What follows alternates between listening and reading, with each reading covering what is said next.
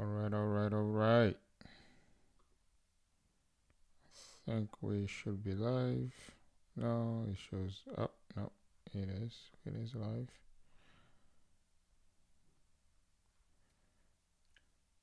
All right. Okay, it's live. Good. Um, just double checking some things here.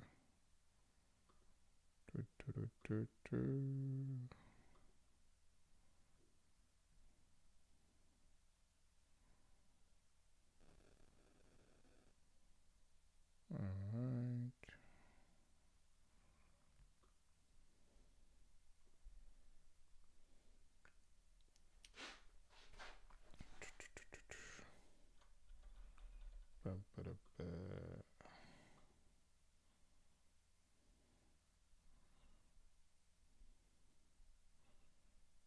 Just checking some stuff.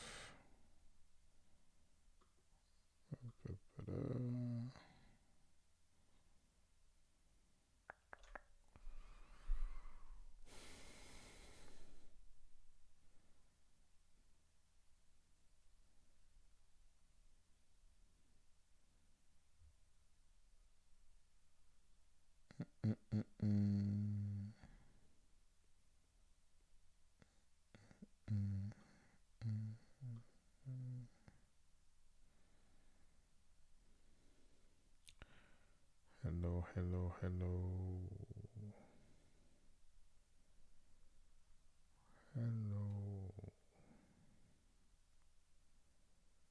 We are about to start.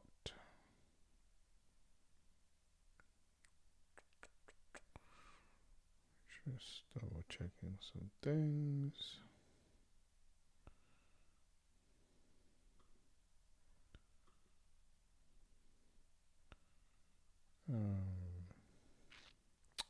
So, well, obviously, just as we've been doing recently, we are gonna keep going with the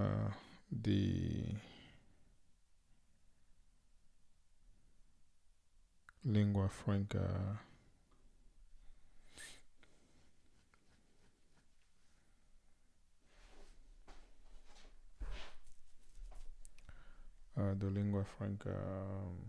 programming language.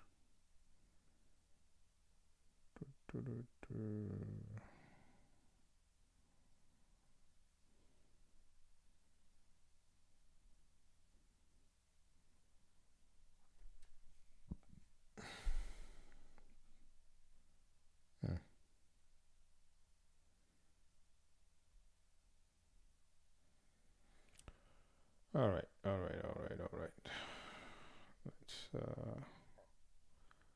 Let's lock in. Everything is around to distract you, but you must lock in.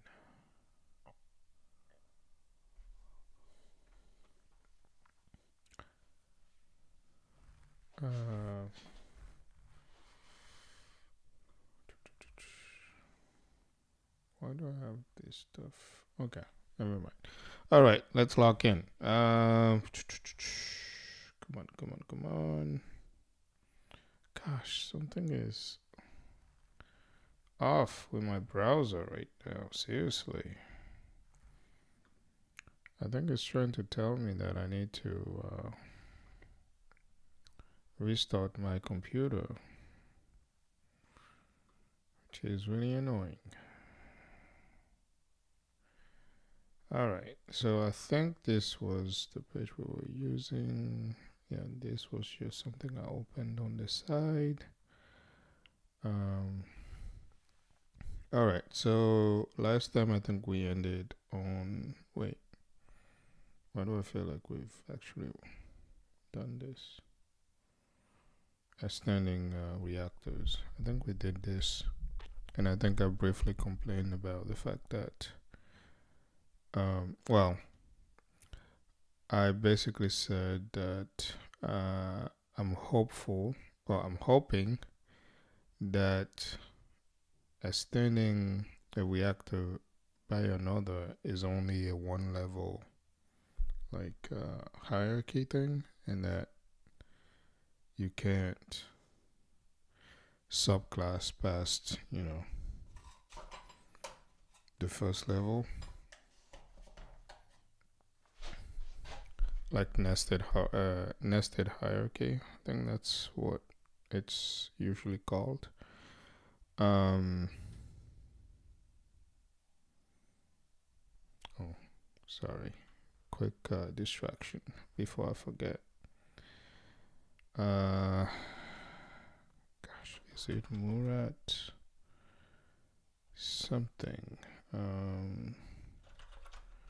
Formal verification blog. Yeah, that's him. Sorry, I just had to. Um,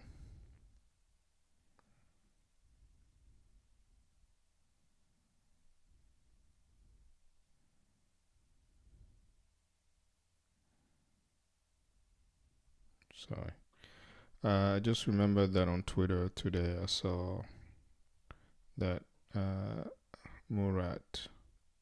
What is his actual full name? Sorry. That he had a blog out. His blog is pretty solid. Murat Demibas. Hope I'm saying that not so terribly. Um, yeah, his blog is very solid in terms of just distributed systems in general. Um, and so yeah, I saw that he came out with another um, post, and it just crossed my mind just now, and I wanted to make sure that I have it open on the side so that I can get to it. So we might just do that, like read through the post. Probably won't actually read through the. Oh, but actually, it's not that long. I don't know. I was gonna say maybe we also read through the research paper, but it's not a short one as I expected. We'll see.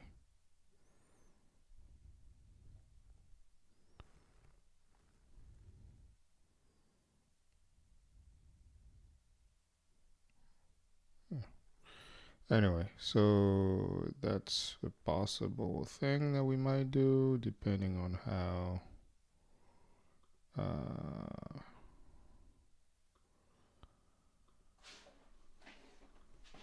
how we progress.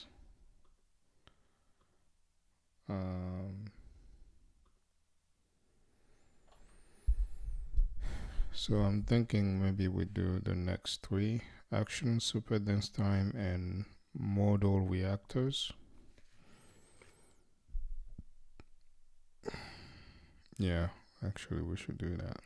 Take three at a time, and we'll be done on Friday.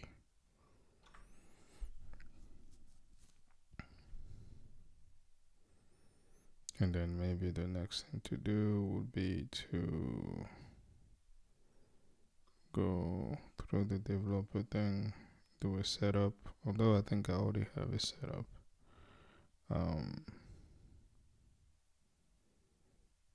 Anyway, all right. Let's actually start reading stuff. So yeah, I think we've read through this in the last section. I mean the last session, streaming session, and yeah, I mean it's pretty straightforward in terms of how do you extend a reactor with another one. The rules are pretty straightforward. Um, so by extending B with A, it's basically inheriting these ports here, the input and output ports, including the reaction. I think one of the rules is that uh, obviously in the target reactor you cannot have you need to watch out for name conflicts for the ports, which makes sense. uh, I don't think they have a concept of overrides like you would in typical object-oriented programs. So you just have to make sure that there's no clash in the name. Uh, and if, in terms of reactions, if you have reactions that are triggered by the same, I guess, triggers, then the one from the parent class will run first before the one of the subclass. So that's basically it. Oh, and you can extend a subclass. You can use multiple base classes when you're extending a subclass. Yeah. Okay. Actions. Action declaration. An action declaration has one of the following forms: logical, physical. Have a minimum delay, and if I recall right, the delay here is from the startup or the init or startup initialization of the reactor.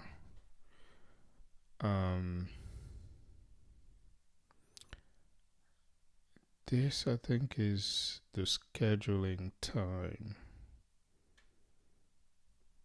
and then the policy. I don't recall what the policy is. Okay. The min delay, min spacing, and policy are all optional. If only one argument is given in parentheses, then it is interpreted as a min delay. If there are two given, then they are interpreted as min delay and min spacing. Makes sense. Both of them are time values. The policy argument is a string that can be one of the following: defer, drop, or replace. Okay, so basically it's some sort of scheduling directive. Note that the quotation marks are needed. Okay.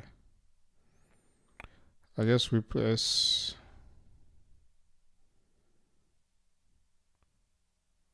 is some basically you're rescheduling something. I'm guessing here. Rescheduling, but you're also making sure to clean up any previously scheduled action instance.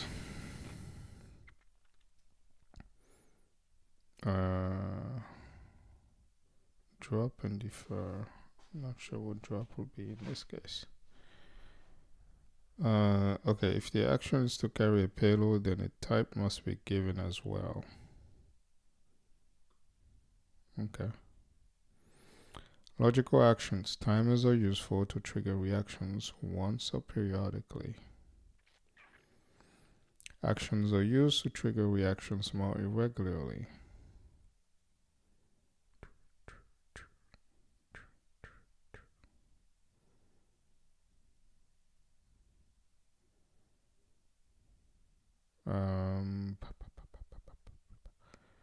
Okay, yeah, okay. Timers, actions. So timers, it's more of a repeating pattern of triggering reactions, and actions is more controlled task scheduling type of model. An action, like an output or input port, can carry data, but unlike a port, an action is visible only within the reactor that defines it. Oh, okay, so you can't, nothing from the outside can peek in or have access to it. There are two kinds of actions, logical and physical. A logical action is used by a reactor to schedule a trigger at a fixed logical time interval d into the future. The time interval d, which is called the delay, a logical action is used by a reactor to schedule a trigger at a fixed logical time interval d into the future. Okay. The time interval d, which is called a delay, is relative to the logical time t at which the scheduling occurs. Okay, so it's not just. Okay, I guess I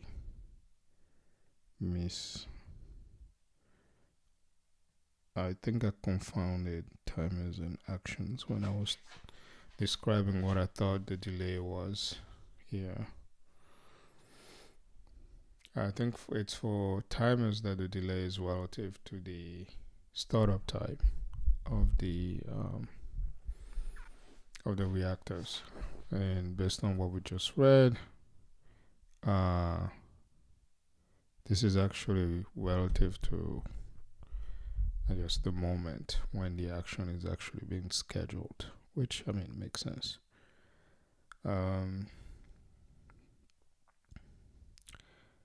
If a reaction executes at a logical time t and schedules an action A with delay d, then any reaction that is triggered by A will be invoked at logical time t plus d. Yeah, makes sense. For example, the following reaction schedules something 200 milliseconds after an input X arrives. Okay, so logical action A. So X comes in, and then A gets scheduled afterward, after 200 milliseconds. Okay. And then we have this printf. Okay, that's logical time as nanos. All right, that makes sense to me. It's pretty straightforward.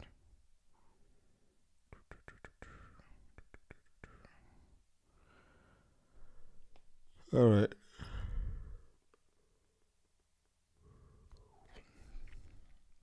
It's more of a.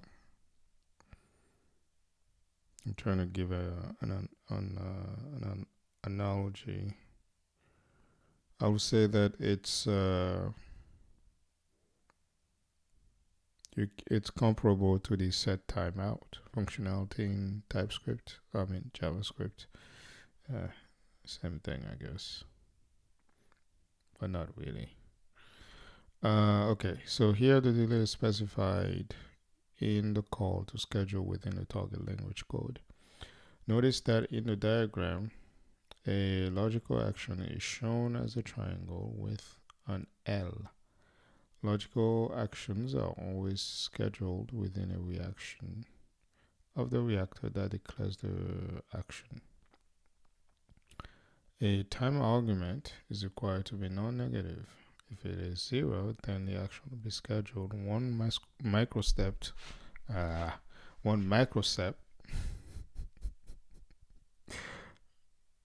Okay, let's try this again. One microstep later. All right. Warning, fix me. Okay, I guess there is something here that needs to be addressed. An action may have a data type, in which case a variant of the schedule function can be used to specify a payload.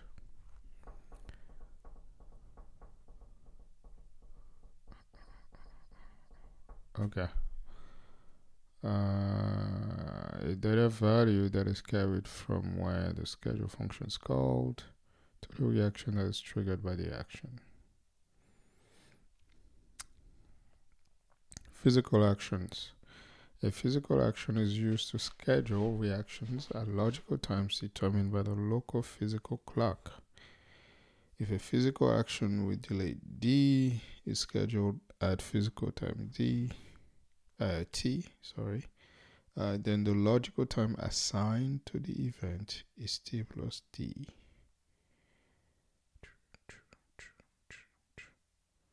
So the only difference is that the reference time from which the delay is applied is different. It's local physical time versus local, not really local, I guess, runtime logical time.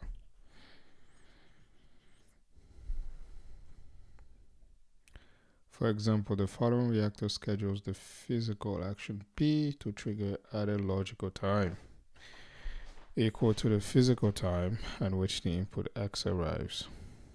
Alright, let's see. So we have physical action A. So X comes in, we have a reaction.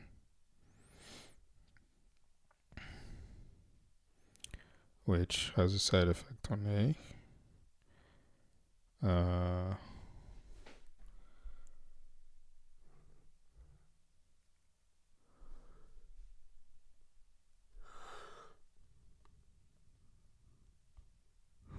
Excuse me, sorry. Okay,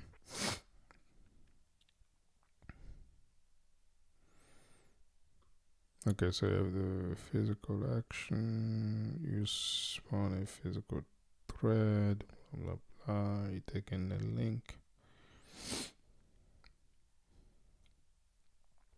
schedule the physical action as soon as possible. So is this immediate? The following schedule the physical action P.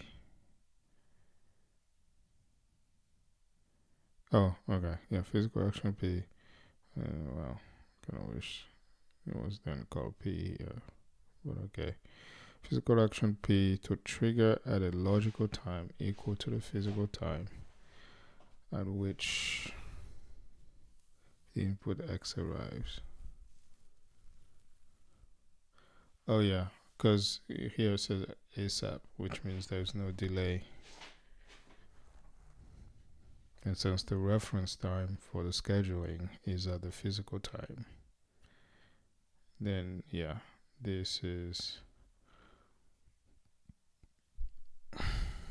it's a scheduling, basically scheduling this reaction right at the physical time that X arrived. Okay, if you drive this with a timer,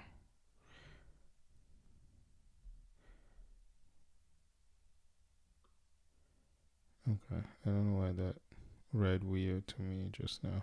If you drive this with a timer using, for example, the following structure, then running, I don't know. I should drive this with a timer. Oh, I guess, okay, controlling as in operating, okay. And running the program will yield an output something like this. Okay, trigger a logical time. That I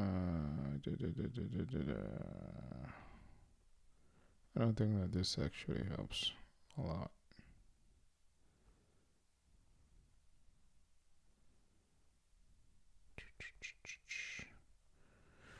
So this would be the time at which the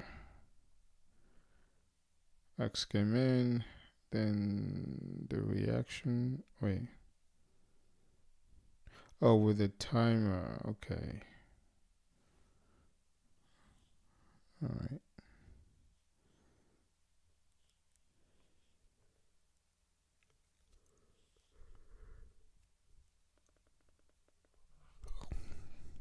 excuse me. Here, logical time is lagging physical time by, wait.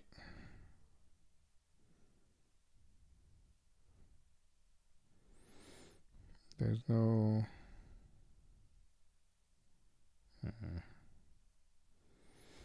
okay, let's see.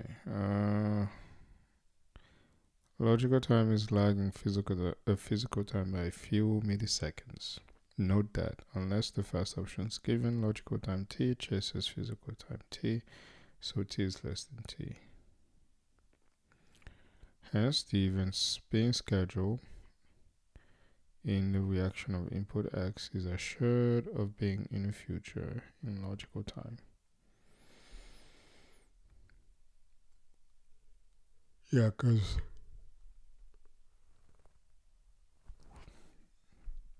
because again, we are using physical time as a reference to schedule an action for a logical time in the future.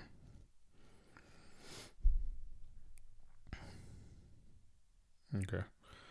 Whereas logical actions are required to be scheduled within a reaction of the reactor that declares that action, physical actions can be scheduled by code that is outside the Lingua Franca system.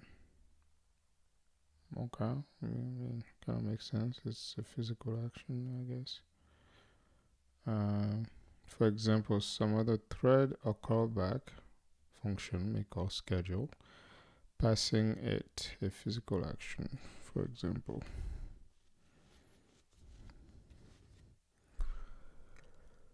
And so here,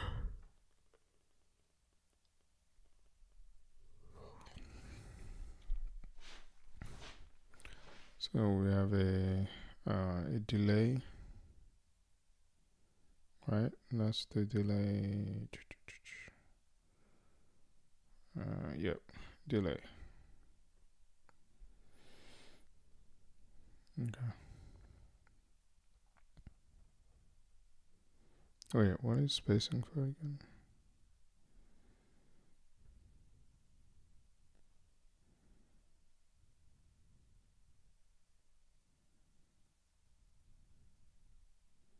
Is it just me or they don't actually specify what spacing is for?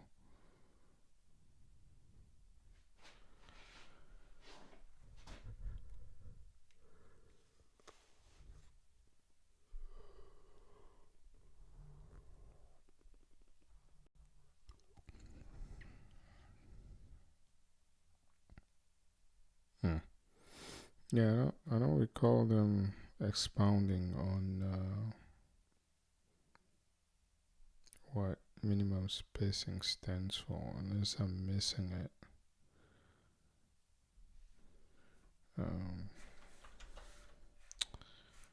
Yeah, spacing.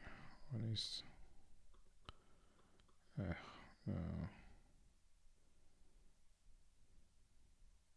Okay.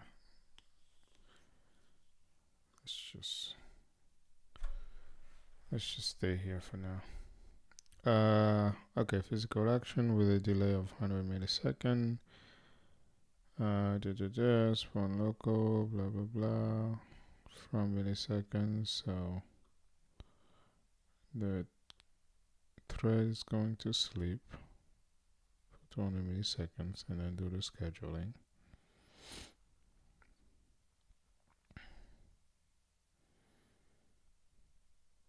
And when it does that, okay. When it, wait, but then why does it say ASAP here?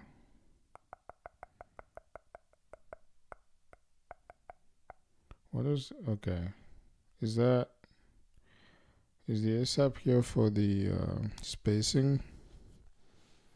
I think that's what it is.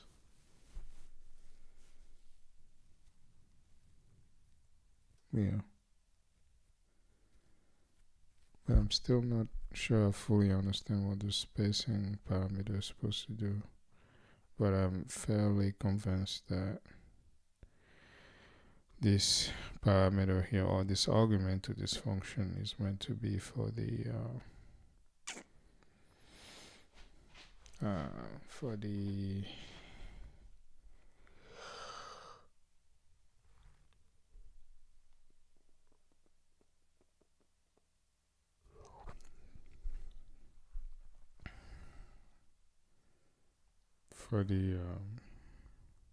so there's delay and there is stage. No, wait, what am I saying? The spacing, which I'm still not 100% sure I understand what the spacing is doing. Anyway, the point of this code snippet is to show how you can actually trigger an action externally from the reactor. Physical actions are the mechanism for obtaining input from the outside world.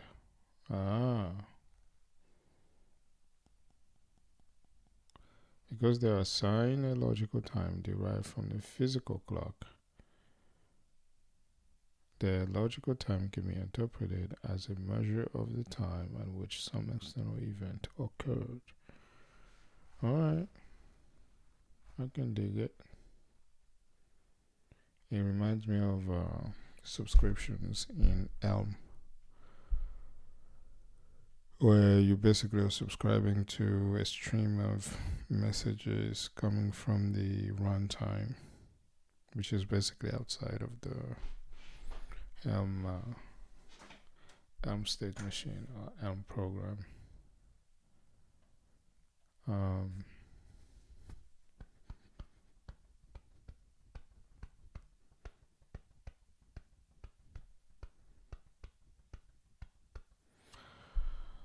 Okay.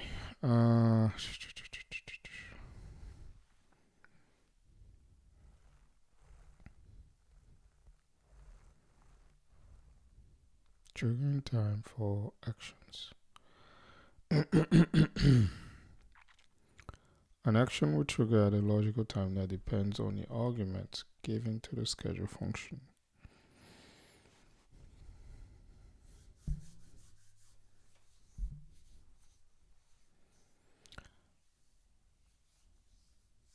Okay.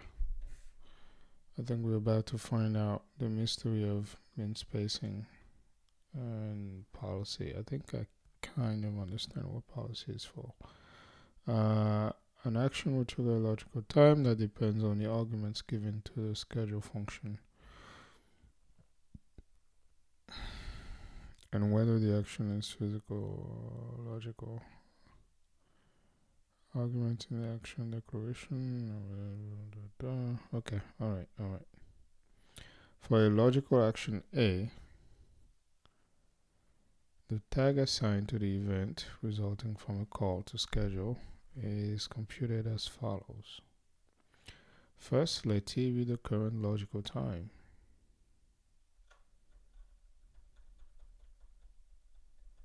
Sorry,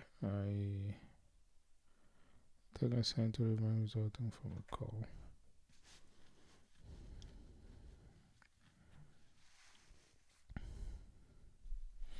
Okay, yeah. First, let T be the current logical time. For a logical time, for a logical action, T is just the logical time at which the reaction calling schedule is called. The preliminary time of the action is then just T plus min delay plus offset. What is offset? It's the first time they're mentioning this on this page. This preliminary type, I think offset is what? Relative to the difference between logical and physical time, I think. This preliminary time may be further modified as explained below. For a physical action, the preliminary time is similar, except that T is replaced by the current physical time when schedule is called. if a min spacing has been declared, alright, then it gives a minimum logical time interval between the tags of the two subsequent scheduled events. Okay. Alright, so it's saying basically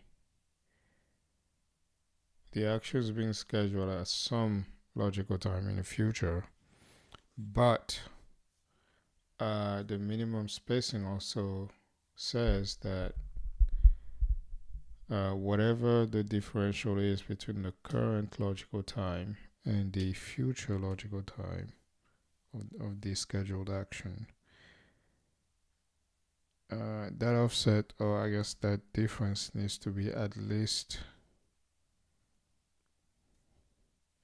as great as the mean spacing. If it is, then you use that. If not, then you use mean spacing. That's my understanding. If the preliminary type, excuse me, if the preliminary time is closer than mean spacing to the time of the previously scheduled event, if there is one, then policy determines how the minimum spacing constraint is enforced. Okay, so that's what policy is really for. Note that previously scheduled here means specifically the tag resulting from the most recent call to our left schedule for the same action.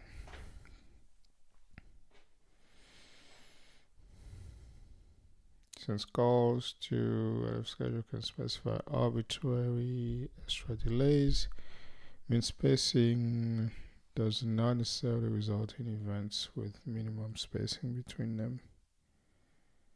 If your calls to out of schedule result in monotonically increasing tags, however, you will get events with minimum spacing between them.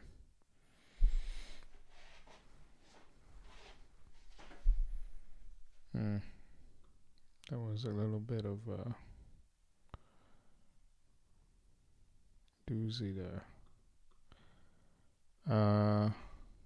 If your calls to result in monotonically increasing tags, however, you'll get events with minimum spacing.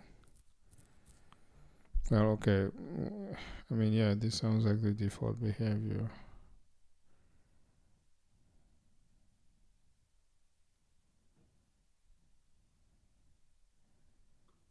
Oh. I thought that it would, in fact, result in events with minimum spacing between them.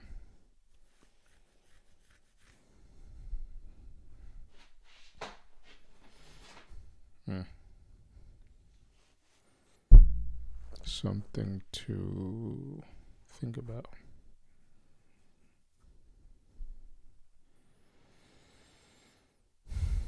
I'm guessing the policy argument is not supported for Rust at this point. Supporting for Python. Okay. So the default is defer. The event is added to the event queue with a tag that is equal to earliest time that satisfies the minimal spacing requirement. Assuming the time of the preceding event is tprev or tprev, then the tag of the new event simply becomes tprev plus mean spacing.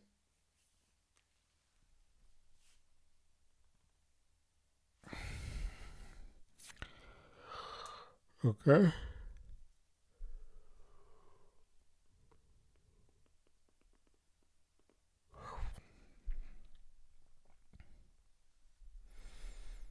Drop. The new event is dropped and schedule returns without having modified the event queue. Okay, that makes sense. I mean, it's in the name. You dropping the message because there's already it's like some form of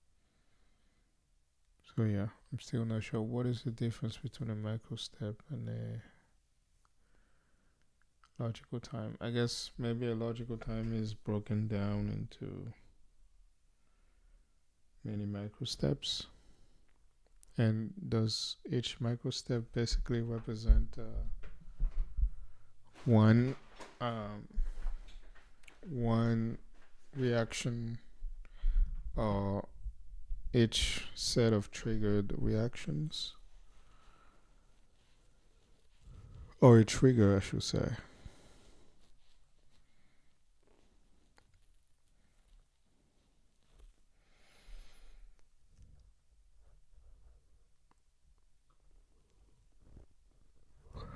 Excuse me.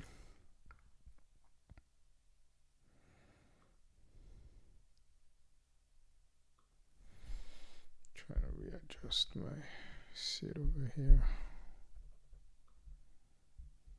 Okay.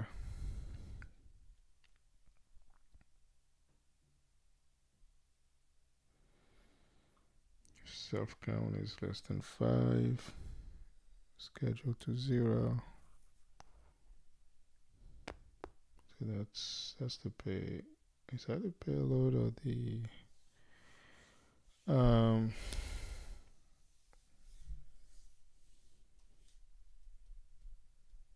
or the gosh, what is it called now? No, the mean delay. The actual delay, I guess. Yeah.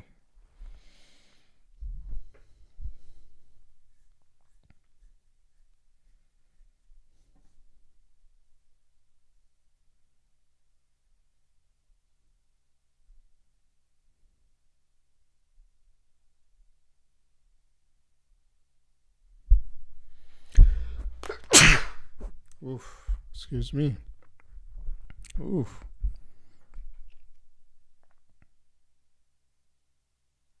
I don't like that. That didn't feel like just a regular cough. I'm not trying to get sick, man. Come on.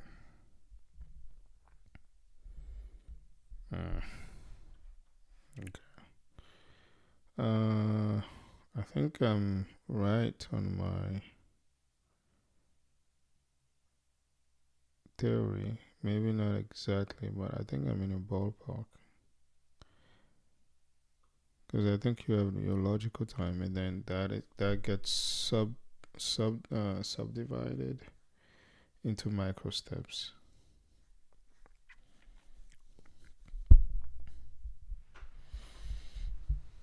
But when do you decide that a logical time is done? I guess it's when all the triggers have been applied from a, I guess, topology, yeah, topological sort. Or I guess if you do it using some sort of ring buffer or queue, where for each logical time, at the start of each logical time, you have a certain queue um, with all the triggered reactions, right? And so you go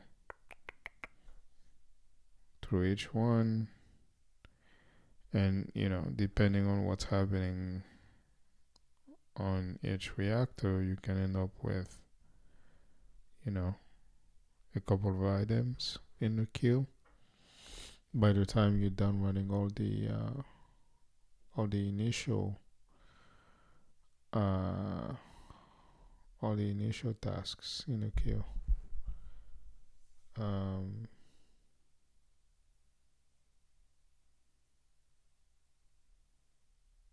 yeah.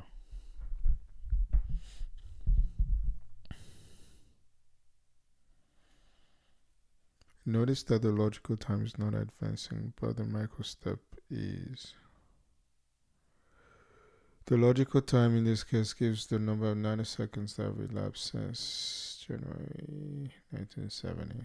The general rule is that every call to schedule advances the tag by at least one microstep.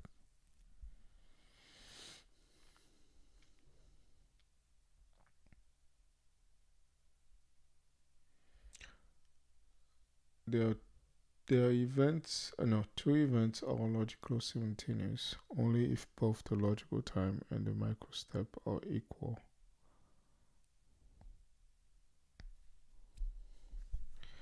Logical time. Okay. Okay. Yeah. Yep. Yep. Yep. Okay, that makes sense. Logically simultaneous. Input. So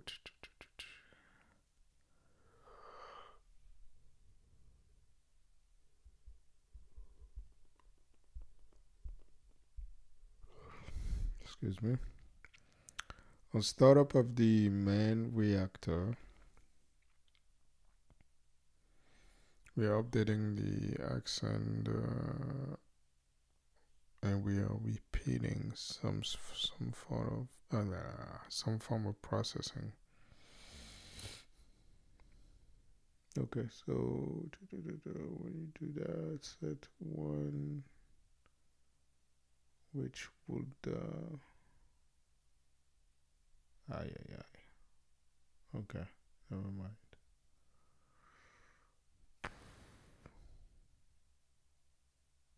Where was I? Oh, because that's the input X from the destination. So yeah, so here we are updating that, setting that to 1, which then prints this, and then we do a predicate check.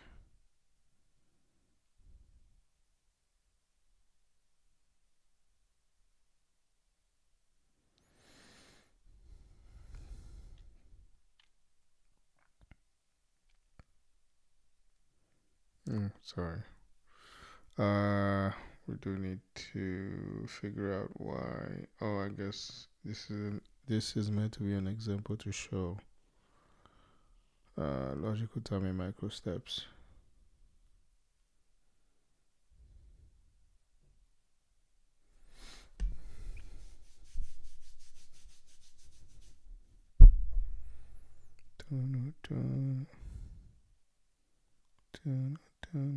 So I'll start off, we have dx and repeat. Hmm.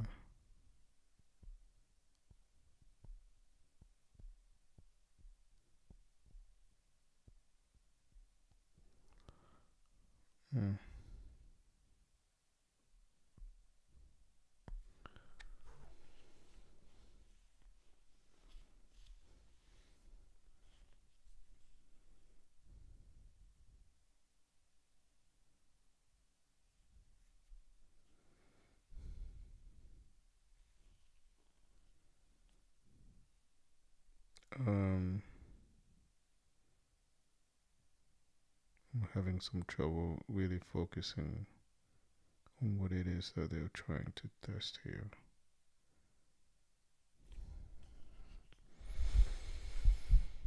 Man,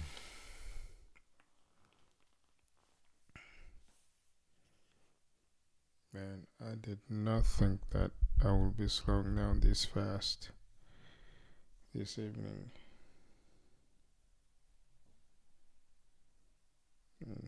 I only got what 4 hours of sleep, 4.5 hours of sleep. Yesterday, or I guess very early this morning. So that doesn't help.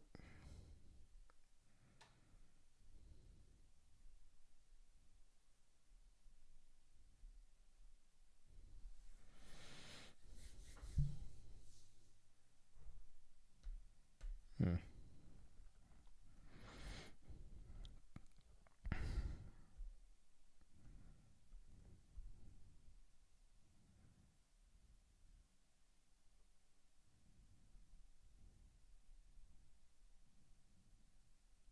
Okay, so I guess right now we are trying to learn about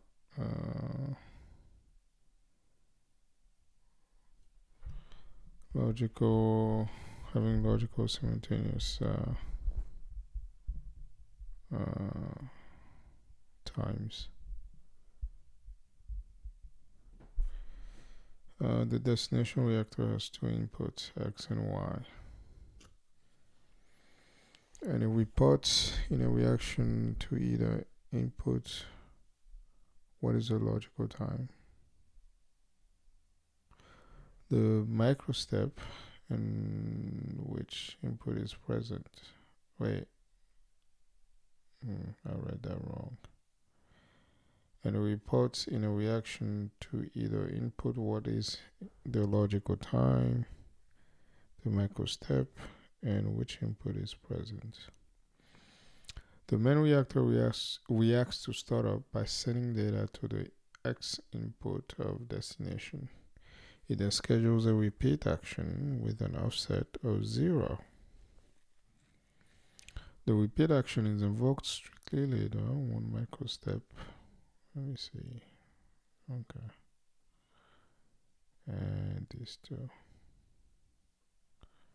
Okay. By sending data to the X input of destination, it then schedules a repeat action with an offset of 0. The repeat action is invoked strictly later, one microstep later. The output printed therefore will look like this.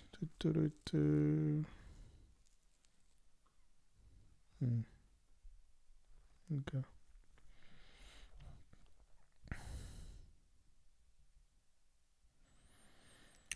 The reported elapsed logical time has not advanced in the second reaction, but the fact that X is not present in the second reaction proves that the first reaction and the second are not logically simultaneous. The second occurs one microstep later.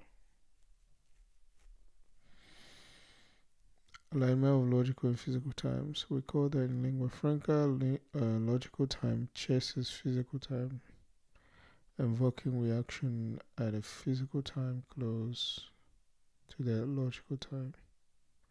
For that purpose, the microstep is ignored. Alright. Yeah, definitely don't have it in me to do another page of reading this particular manual right now.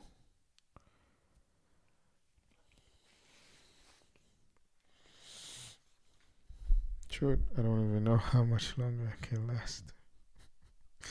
Oh no. I really thought that by starting early I would have more room in terms of time, but that was foolish of me, I guess. Yeah.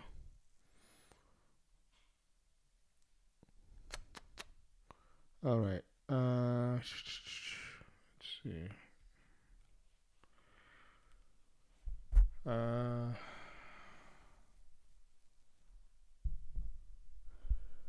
What kind of nonsense? Well, not nonsense. What kind of interesting thing can we look into?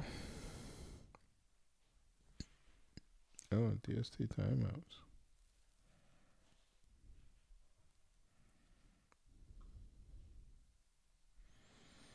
Oh, so the distributed simulation tester is it's live.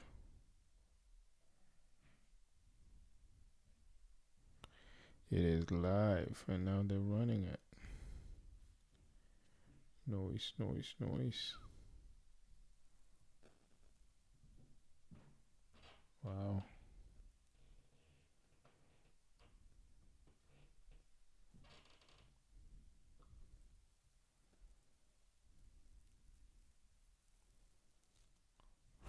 Heroic.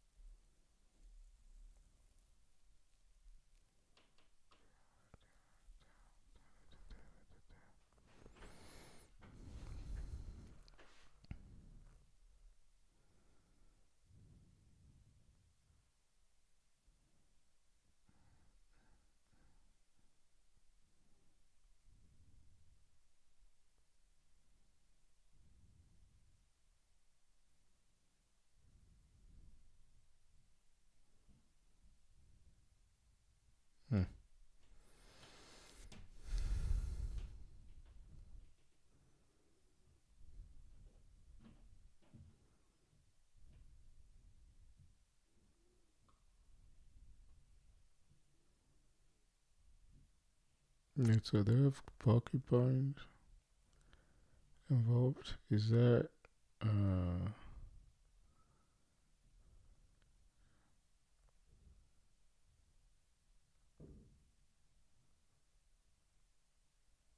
hmm.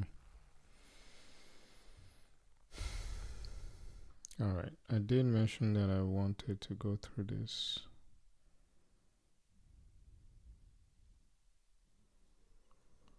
All right. Let's try it. So there's a paper. Okay. Okay. Multi-grain specifications for distributed system model checking and verification. So basically, how do you make your distributed system reliable? That's the short of it. Okay, so the Eurosys 2025 paper wrestles with a messy interface between formal specification and implementation reality in distributed system.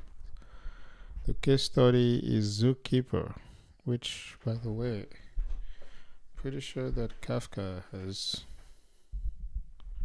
now Zookeeper free. As in, you don't need to use Zookeeper as a coordinator anymore. I think they have Raft built in now.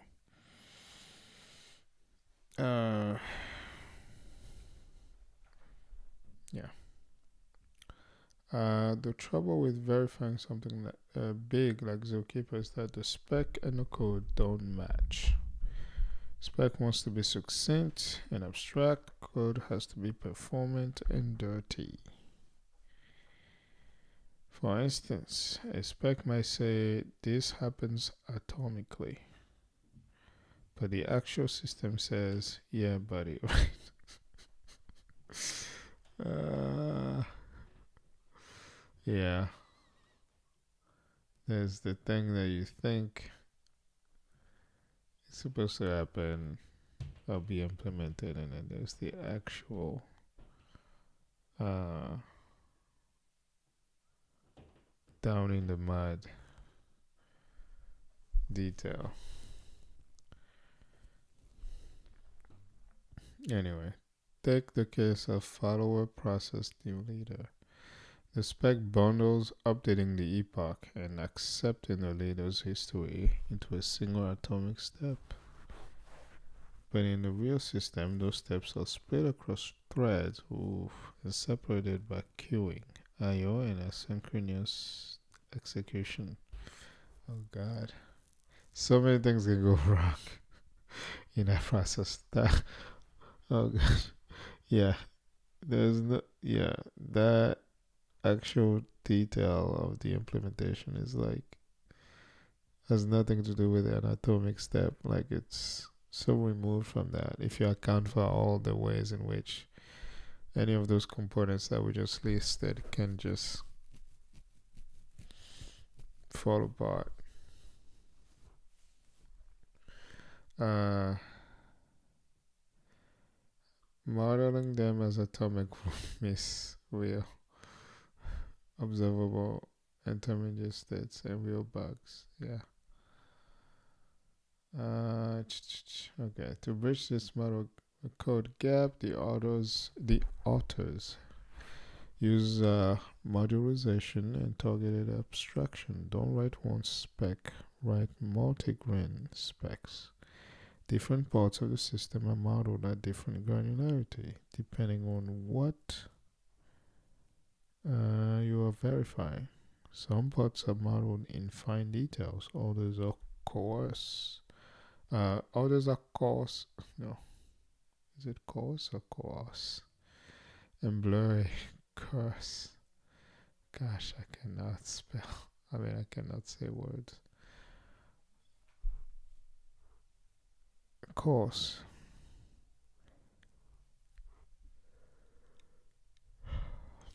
Like reading a model and skimming the boring parts. These modules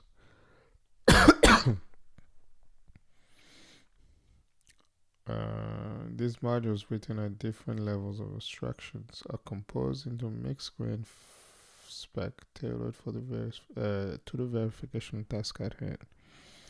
Central to the method is the interaction preserving principle, a key idea borrowed from the 2022 paper by the same authors.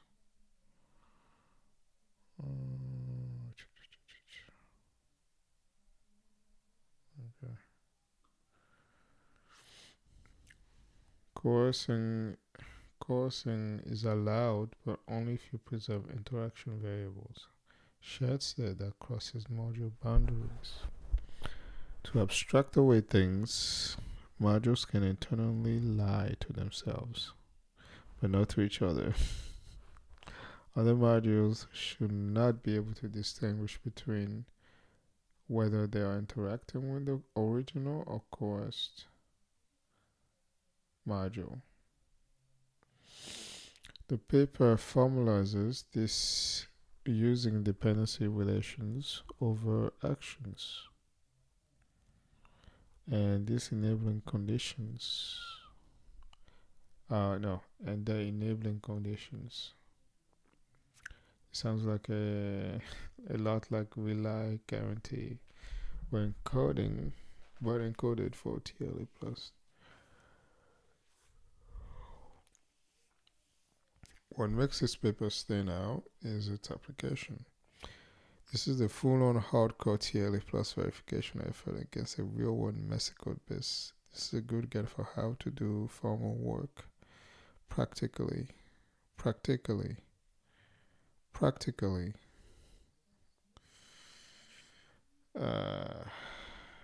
I swear, I know how to read mostly. Without having to rewrite the system in a verification-oriented language. This paper is not quite a tutorial as it skips a lot of details, but the engineering is real and the bugs are real too. Technical details. The decomposition follows the ZAP protocol phases: election, discovery, synchronization, broadcast. This is a clever hack. Rather than inventing new module boundaries, says through role or layers. The authors, gosh, what is wrong with me today? The authors simply split along the natural phase boundaries in a protocol. The next state action in a TLA plus spec is already a disjunction across phase actions. This decomposition just formalizes and exploits that across the phase actions. Okay. They focus verification on log replication involving the synchronization and broadcast phases, while leaving election and discovery mostly coarse. They said that's where the bugs are.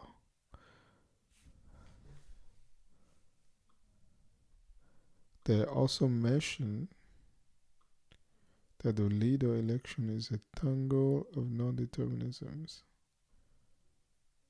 and votes in flight, and models take days to check. That's a commitment.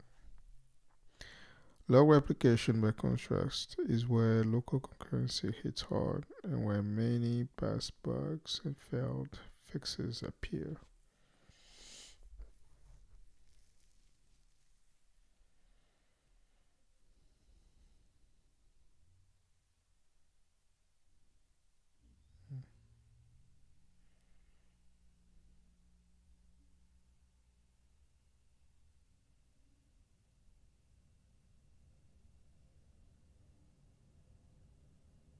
Okay. Table 1 summarizes the spec configurations. Baseline system spec, coarse and fine grain.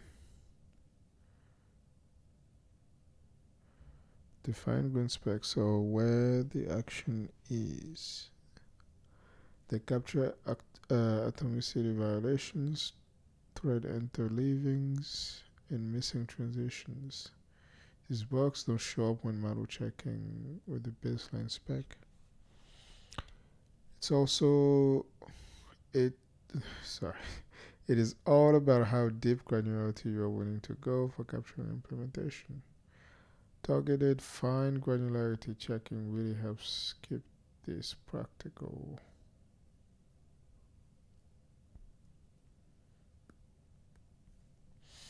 And they show this by showing how many states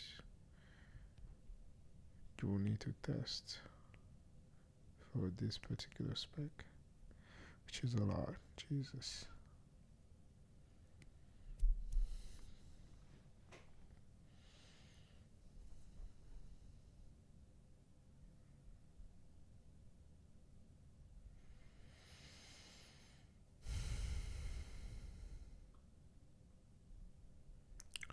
Make specs get the best of both. For instance, spec 3 finds deep bugs in seconds, while the full system specs don't terminate in 24 hours. The bottleneck is the leader election spec, which proves again that targeted coursing pays when it preserves interaction.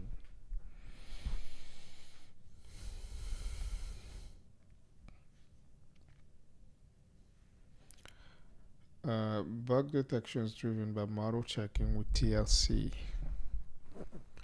Violations are found in model traces when TLC reports a violation of an invariant.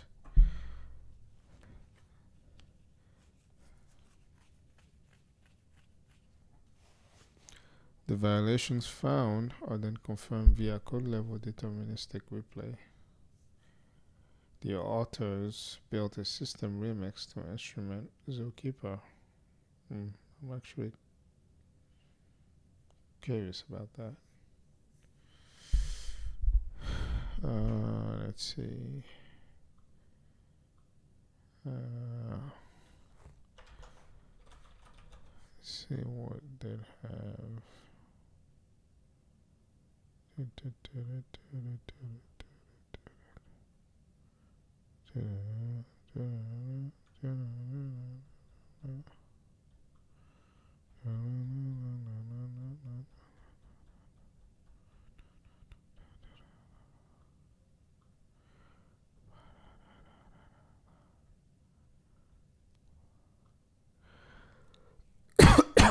Okay, so it doesn't sound like they actually posted code for whatever that thing was.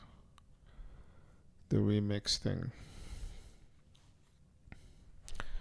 Inject RPC hooks via aspect J. So it sounds like this thing is a Java application. It's not too surprising. It's not that surprising because Zookeeper is Java. Okay, and we play TLA level traces using a centralized coordinator that schedules and controls the interleaving of code level actions. Using the developer provided mapping from model actions to code events, the deterministic relay allows them to validate that a model level bug can actually manifest in real runs.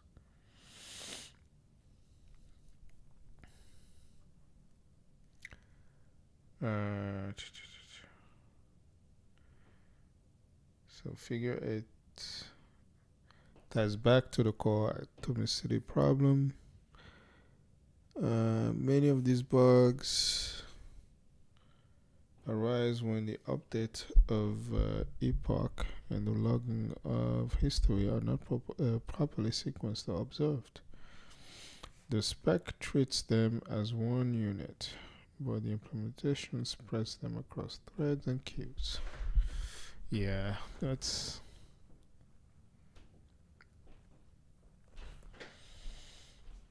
lazy. A little too practical. Let's say that.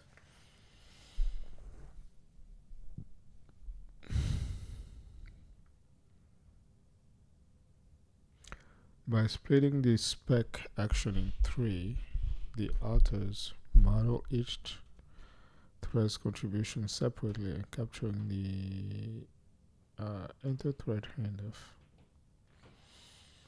With this, they catch data loss, inconsistency, and state corruption bugs that have previously escaped detection or worse, had been fixed and rebroken. Oof. The authors didn't stop at finding bugs, they submitted fixes upstream to Zookeeper, validating them with the same fine-grained specifications. To fix existing bugs and also make it easy to implement correctly, they removed the atomicity requirement of the two updates from the ZAP protocol, but required the order. The follow-away, the follow-away,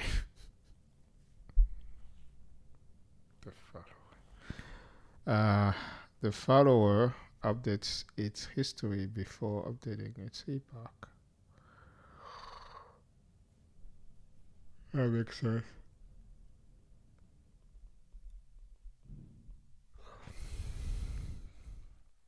Because, I mean, updating your epoch, you're basically marking that the end of, an epoch and everything that has happened within it should be consistent with what actually happened within that time frame.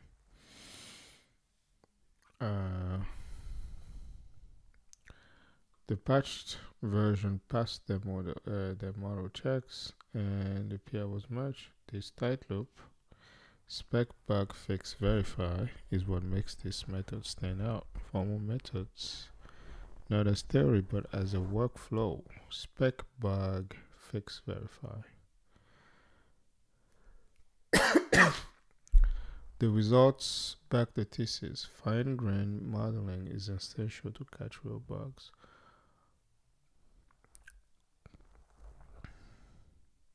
Coarsening is essential to make model checking scale. Modularity and composability is a feasible way to manage verification of a complex, concurrent, evolving system. It's not a push button verification, but it's doable and useful.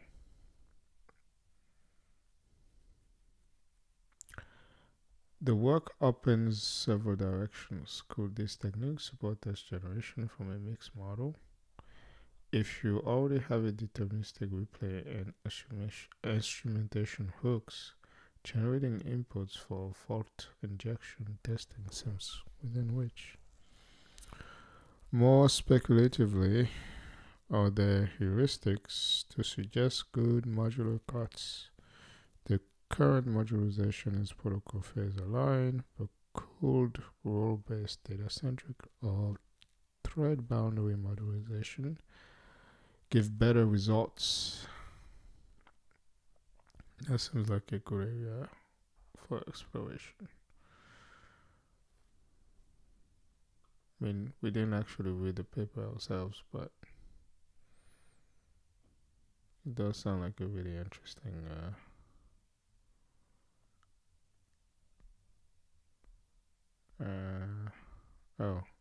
they talk about the remix tooling.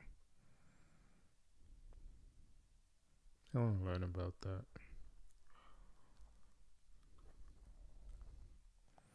What is this? Oh, prop test.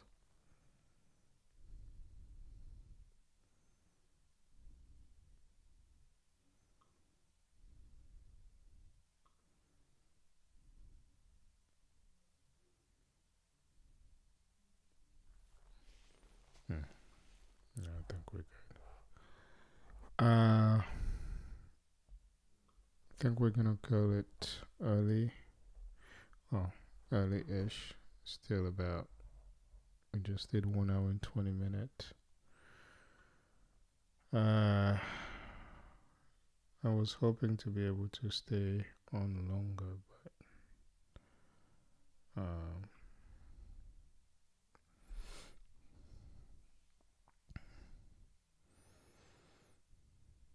body is like, no, no, no, no, no.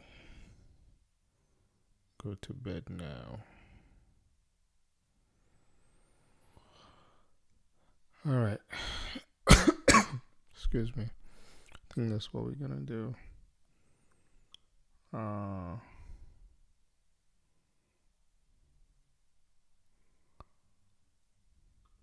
If I manage to actually not go down some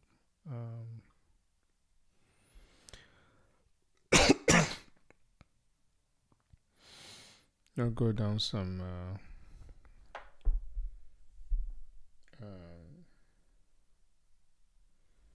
gosh, why is the word escaping me?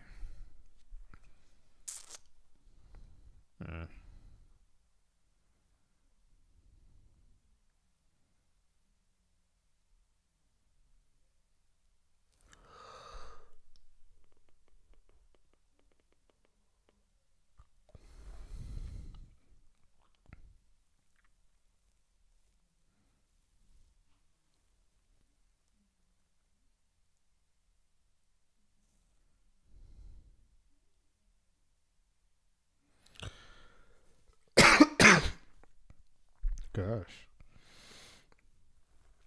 scuffing situation. I'm not loving it like at all.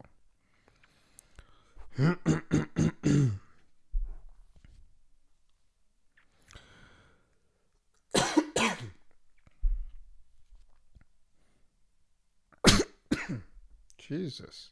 All right. I think this is a sign. Thank you for joining, and I'll see you around. Good night.